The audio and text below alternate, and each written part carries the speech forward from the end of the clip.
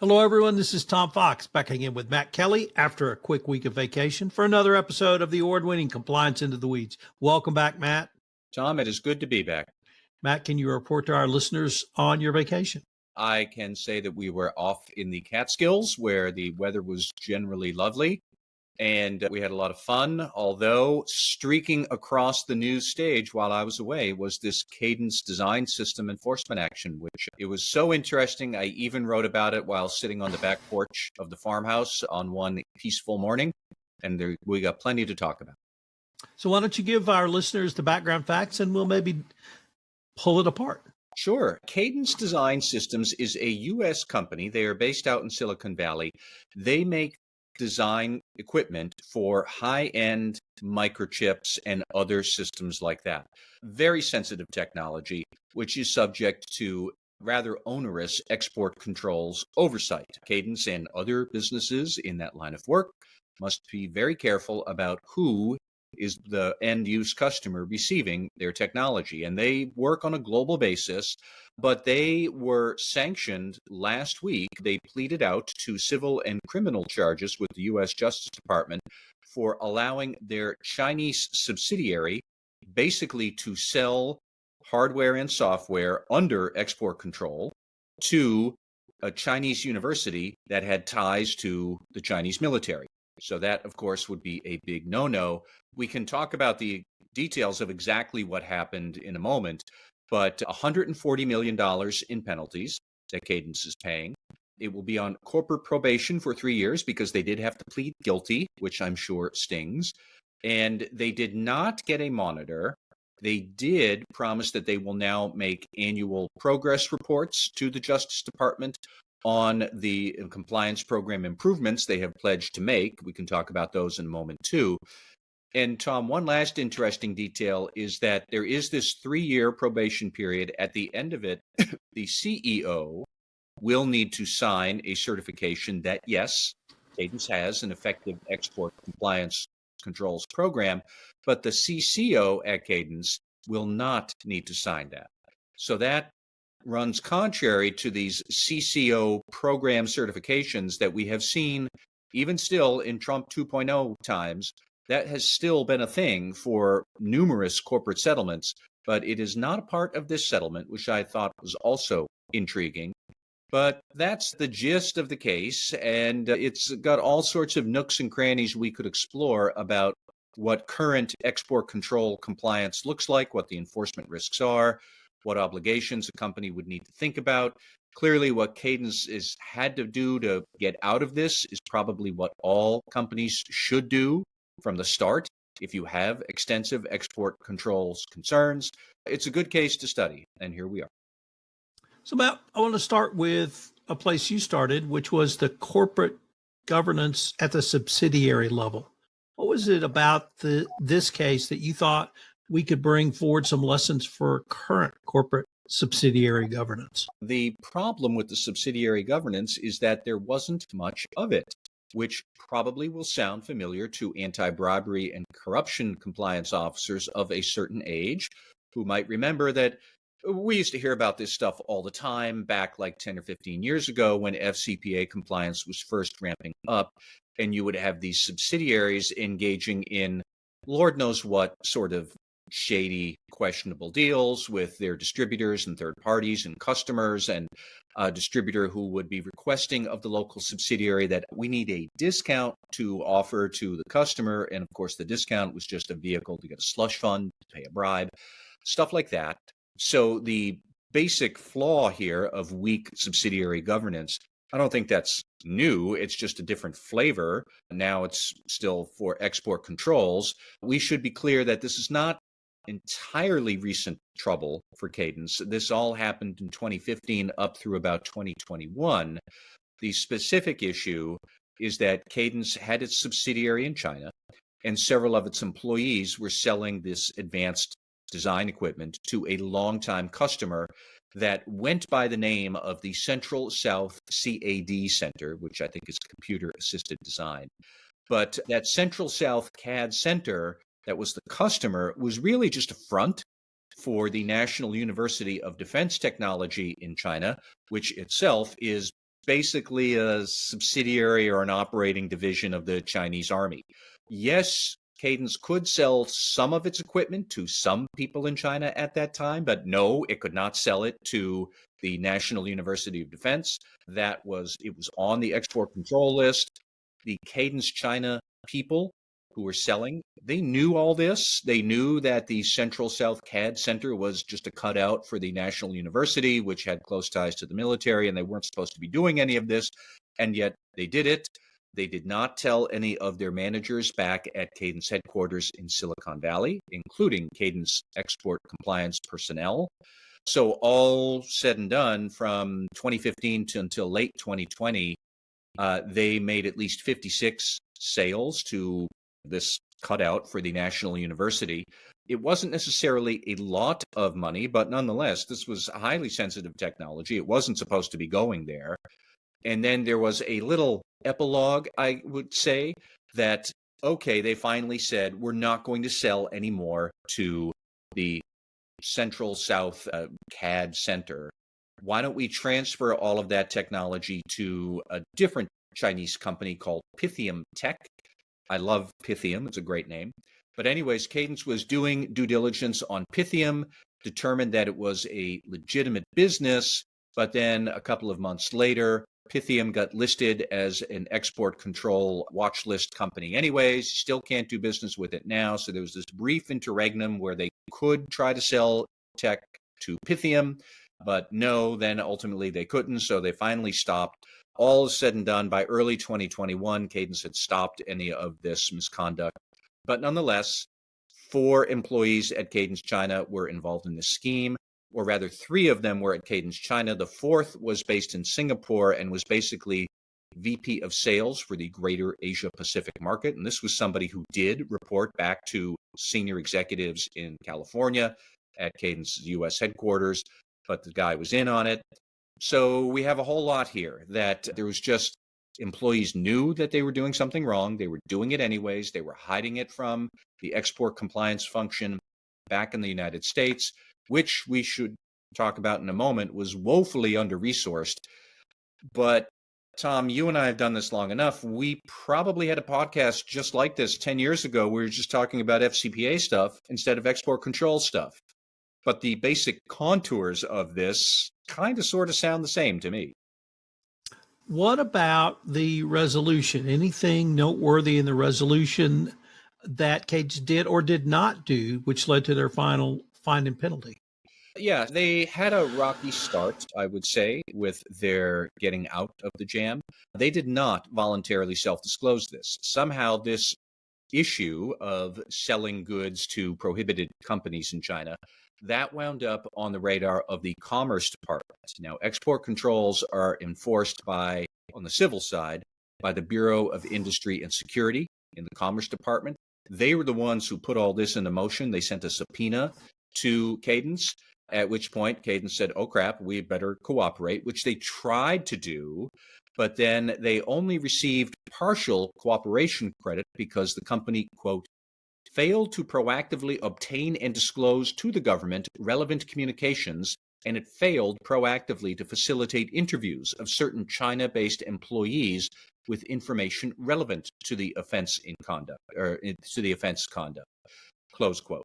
So no self-disclosure credit, only partial cooperation credit, and that wound up costing Cadence a fair bit of money. The maximum penalty they could have gotten under statute was $90.6 million. They ultimately wound up paying a criminal penalty of $72.5 million. So the partial cooperation, I think they got better at it as time went on. The remediation, that did save them $18 million on the criminal penalty. But nonetheless, this was still a lot of money. Imagine if they had rooted this out early. Imagine if they had cooperated fully. They probably would have saved a significant amount on the $72 million criminal penalty. Then there's the disgorgement. Then there's the civil penalty from the Commerce Department. The 72.5 criminal penalty is from the Justice Department. There's a whole lot of penalties going on around here. And all of it is because they got off to a bad start and they did not self-disclose. But then why would they? Because apparently from the statement of facts, it looks like the Cadence didn't know this was going on because the China employees were basically not telling them anything, or and they were deliberately deceiving the parent company back in California. So again, we're down to how would you govern your overseas subsidiary? What policies would you have in place? What training would you give them? What surveillance procedures would you use anyways, just in case the subsidiary employees are either lying or not telling you about what they're really doing? At one point, the China employees were emailing software access keys, the software activation keys, to people with national university email addresses. So could Cadence have intercepted those? Was it trying to intercept those, but it somehow failed? But you would have to think through, how would we try to inculcate good practices to our subsidiaries? And then how would we have detective controls in place anyways that would be sufficiently strong in case the subsidiary employees were not doing the right thing anyways, despite all the training, despite all the policies. So there's a lot around there that we could talk about. And then finally, I will give one more point here, Tom, is that Cadence Design back in the United States did not have a very strong export compliance function. At the time all of this was going on, they had one export compliance officer in the late 2010s who, I'm going to assume, that person was overworked. Cadence is a big company that does business all over the world. So China's not the only place that they had to worry about export controls, but they did not have a sufficient number of people. Ultimately, they did hire more personnel. They've implemented stronger procedures, but it's just telling that for businesses that do have high export control risks, which is not everybody, but it's a lot of people, and considering how much the Trump administration is enforcing specifically against China, specifically around high-end technology products, you people who fit that profile, you listeners, you know who you are. Think about, what is it that Cadence had to do to get up to standards, so to speak. That's what we need to be doing right now to make sure that we do not fall into a Cadence sort of enforcement risk of our own sometime in the future. That's the big lesson from this case, I think. So, Matt, I want to go back to your word surveillance and change that out to monitor. Sure. A little more compliance speak, because monitoring is recognized as a part of any best practices compliance program after you implement a policy and train employees on it. Seeing what the lack of monitoring that was involved with Cadence, it really made me wonder, has doing business through a Chinese subsidiary become even higher risk now, number one? And number two, Chinese employees are an even higher risk now as well, because sitting here in the United States, you don't know who is going to sell something to someone on the prohibited or sanctions list. And it just gave me pause to think, are we moving to a point where, because of the restrictiveness of laws in China, frankly, you cannot monitor sufficiently to make sure your own subsidiary is following U.S. law? I think that's an excellent point, and it looks at the bigger issue of just how hard it's going to be for lots of large U.S. businesses to do business in China. Even if you are not a big export control concern, your business, you probably still have a lot of Chinese risks elsewhere. If you are a big manufacturer with a lot of imports from China, you have to worry about tariff risk now. And are Chinese subsidiaries, if you have any, or Chinese suppliers, if you have any, are they going to try rerouting your goods or your supplies out of China to a low tariff country and then bring them into the US? Maybe they're not going to tell you. How would you figure that out? And Tom, to your point about, can you trust Chinese employees or not? It's a good question. It's an uncomfortable question, because what are you supposed to do here? I think that if you just say, we can't trust Chinese employees anymore, that sends a terrible message to Chinese employees. On the other hand, what are you going to do? Are you going to bring in Western nationals into China? Because there's going to be certain physical safety risks, I think, for some Western businesses now that China is starting to clamp down on who can exit the country. You have to think about physical safety. And I could easily see a lot of Western employees saying, I don't want to go into China. What are you going to do? If you can't trust your Chinese employees, or you don't want to, but you can't bring the employees you do trust into China, whether you're worried about export control risks or tariff risk or corruption risk, which is still a thing, or any other risks that there might be around cybersecurity or something like that, this is going to be an intractable and very complex problem for corporations to solve.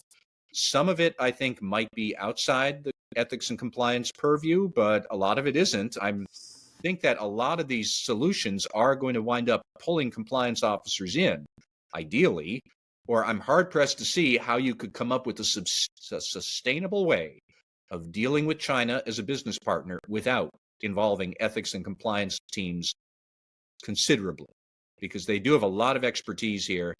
And whether we are talking about anti-corruption risks of old or export control risks of new, there's still just a lot of risk, and a lot of history is not repeating itself here, but it certainly rhymes in this case. The other thing that struck me was you pointed out around the fine and penalty that we had obviously a lack of self-disclosure, but we also had, if not a lack of early on cooperation, certainly a slow dragging of feet. Yep. And it's difficult to tell from the enforcement action itself, but how difficult is it to get some of this information out of China now to even do a proper investigation? I think I would love a law firm investigator with China experience to come on to the podcast as guest and tell us that. But, even I know that is excruciatingly difficult now. The language barrier is formidable under the best of circumstances, but you also have to think about the Chinese data privacy laws, and they have a much more aggressive sense of data privacy and national security, I would say, than we do. That pretty much any information about anybody or anything that they don't want going out of China, they would just say that is a national security interest, and it's going to be difficult to get it out. So how are you supposed to do that? How are you supposed to conduct an investigation if you're going to send somebody in? That also seems like now it is an increasingly high risk for that person being detained or otherwise harassed by the Chinese government. So assuming you could even find a volunteer to go in and do it, is that something the company would even want to do? This is not easy, and I don't have a good answer, but Tom, you're absolutely asking the very important question. I really just, in reading your piece as I went through it, particularly around the employees and their actions, using the third party as a front company or not, really struck me that this was a concerted effort by Chinese employees to make these sales to a prohibited entity, and that any U.S. company doing business in China runs up not simply about the export control issue of the U.S. technology, but simply doing business with the wrong people. That is all true. And one thought that went through my mind as I was listening to you, Tom, is, okay, we have foreign subsidiary where the employees there are trying to close sales in an improper way without telling corporate. Geez, we've talked about that a zillion times over the years. What I am not clear on is, why were they selling to the National University of Defense? And were they selling simply because they wanted to make quota and get a good sale? Or were they selling because of some sense of Chinese patriotism? And I have no idea. But that is an extra wrinkle that I don't think we have contemplated much back in the FCPA enforcement days, because most of the time, employees who were doing this sort of stuff, they were doing it to close a lucrative sale and to make quota, not necessarily to put a very valuable technology in the hands of our adversaries. That is not a dynamic that has surfaced much in FCPA enforcement, but you have to wonder, is that going to be an issue in export control enforcement? We don't know. We don't have enough facts disclosed about this case as to why did these Chinese employees do what they did. But it is an important question, I think, that we might want to ponder some other day. So, Matt, you really gave me a lot to think about here, and I'm beginning to wonder not only some of the questions you posed, but how you would advise someone, a company, if they have a Chinese subsidiary at this point. And at this point, I just have questions. I don't have a lot of answers. Same here. We can revisit it another day, and there might be more to pull on here, but it is a problem that I think an increasing number of companies are going to wind up confronting. Well, I can't wait to see what next week brings us. Thanks, Tom. Compliance Podcast Network. Start your mornings with daily compliance news, quick, sharp updates on the top compliance and ethics stories in under 5 minutes every morning in Compliance Podcast Network. Because compliance never sleeps. Need practical advice fast? Check out Compliance Tip of the Day. One actionable idea to level up your program. Short and sweet, every day on Compliance Podcast Network. Got 10 minutes? We've got the week's top 10 stories. 10 for 10 brings you the big compliance headlines. Fast, fun, and focused. Every Saturday on Compliance Podcast Network. And don't miss the Sunday Book Review, where compliance meets culture through must-read books and big ideas every Sunday in Compliance Podcast Network. Whether you're in the office, on a walk, or commuting, stay smart, stay ethical, stay tuned. Only on the Compliance Podcast Network. Available wherever you listen to podcasts.